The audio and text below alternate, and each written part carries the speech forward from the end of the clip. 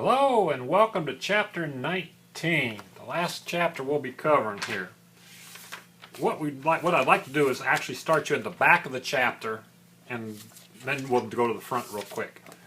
But over on page 336, we start talking about the key points in the chapter.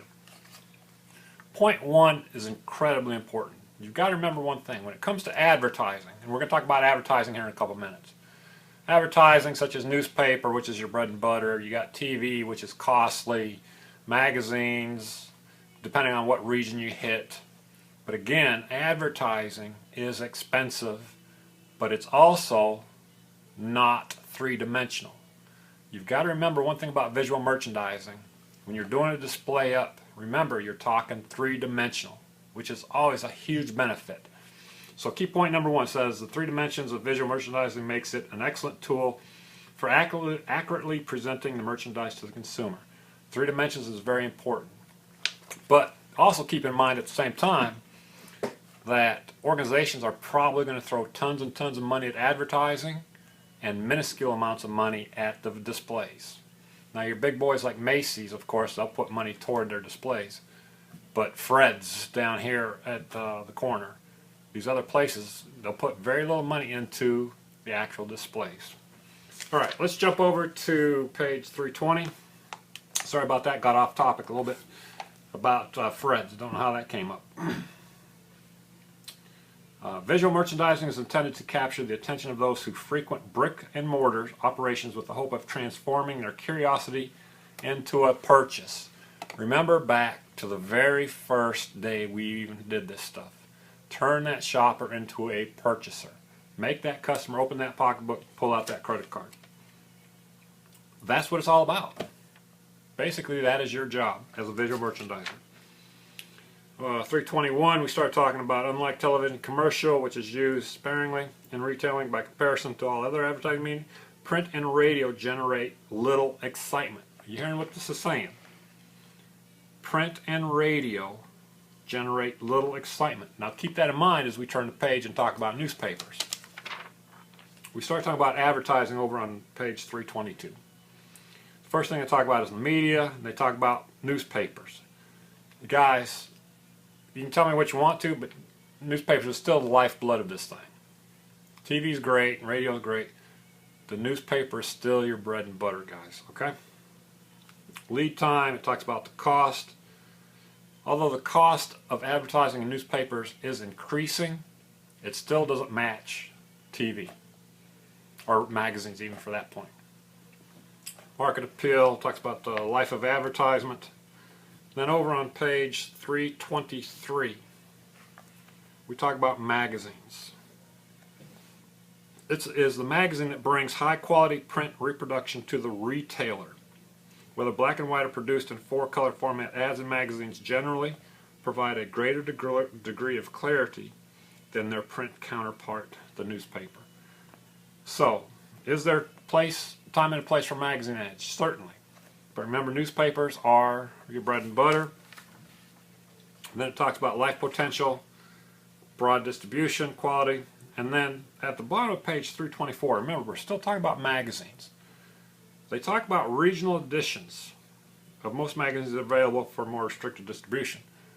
If you can target a specific region, wouldn't that be better than doing a national thing? If you're only located, for example, east of the Mississippi, why do a national presentation if all your stores are east of the Mississippi? So keep the regional magazines in mind. And guys, those of you that shared a classroom with me before understand that we talk about costs a lot. But again, when you're dealing with advertising, now remember we're talking about advertising, not necessarily the visual merchandising displays. It's hard to generate excitement about that because you're going to go to your CEO and say, I need $250,000 for an advertising campaign. First thing your CEO is going to say is, well, what's my return on investment? And you're going to say, well, we hope it will be. Now, if you're the CEO, are you going to invest $250,000 on I hope it will be? Because you really know how good an advertising campaign is going to make it. So you always have to think about cost. 325, we start talking about direct mail. Now the good thing about direct mail is that the mailing lists are easy to come by. You can do, as customers are coming through doing their credit cards and their checks, you can get their information, which makes it quick and easy. You can always go buy mailing list if you want to. So direct mailings are usually pretty good. You got lower distribution costs, of course, with direct mailings. But what's the problem with direct mailings? Some people call them junk mail. For example, on Tuesday afternoons, I go to my mailbox, and it's every Tuesday. I pull out my mail, and unless there's a couple envelopes on top, everything else goes right into the recycle bin. I don't even look at it. Unless there's a bill, which there usually is, I don't look at the junk mail. And that's coming from me, a guy that has absolutely no money. Now you've got to remember the snail mail, the slow delivery. You've got to remember it's just that. It's slow. But you have to remember it's low cost. So that's something to remember. Alright, on page 326, there it is. Television. Live action. You can get widespread market potential. There's no other medium out there that can get your message out quicker than television. But again, we were talking about cost, so remember, you're paying for that. Is there going to be a good return on that investment? And it goes on, just below that, it talks about cost, lead time, and then, I'm still on page 326, about 3/4 of the way down. It talks about bypassing the commercial. We're talking about your TiVos, your DVRs, where you can fast forward through a commercial. And don't tell me some of you don't do that, because I do it. What does that do to the retailers? If you're allowed to fast forward through my commercial, that commercial that I spent $3 million making, and you're going to fast forward through it, where's my return on that investment? So, as a retailer, as a advertiser, are you in favor or against TiVos and DVRs? Something to think about. Down on page 326 again still, we talk about the radio. The radio is good if you have to announce something quickly. If you're doing a special, we're going to talk about promotion events here in a couple pages.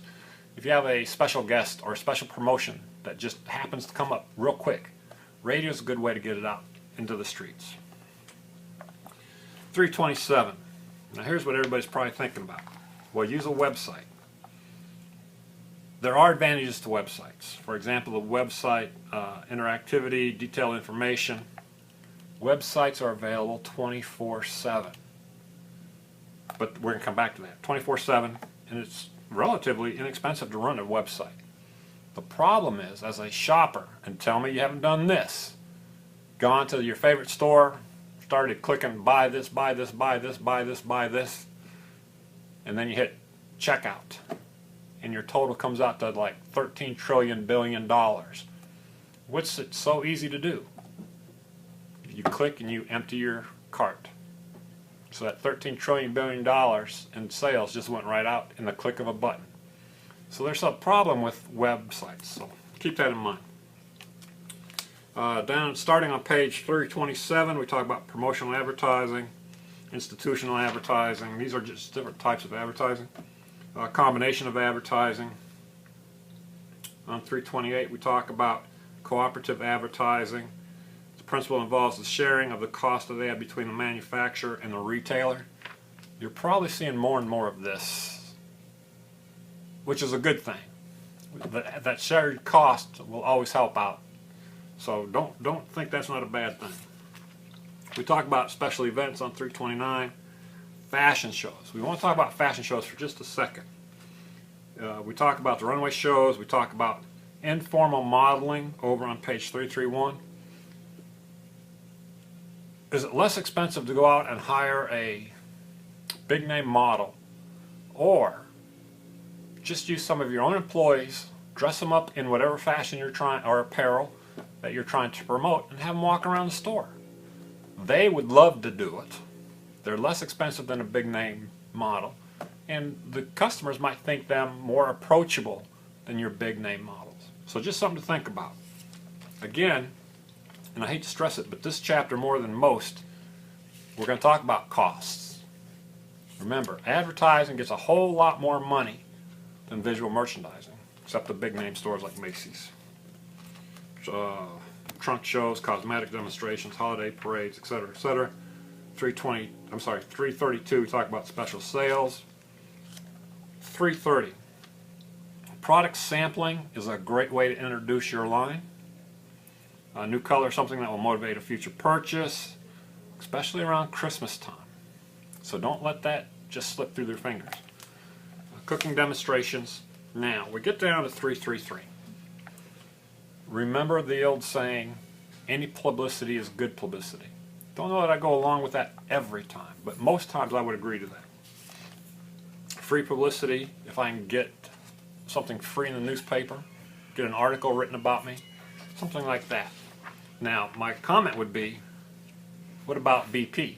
A few years ago, they had that big oil spill. They had all the publicity they wanted, but was it good publicity? Is there such a thing as bad publicity? Something to think about. There's on page 334, take a couple minutes and read that profile about Macy's. I know we've talked about Macy's probably just about every week, but they're the big boy.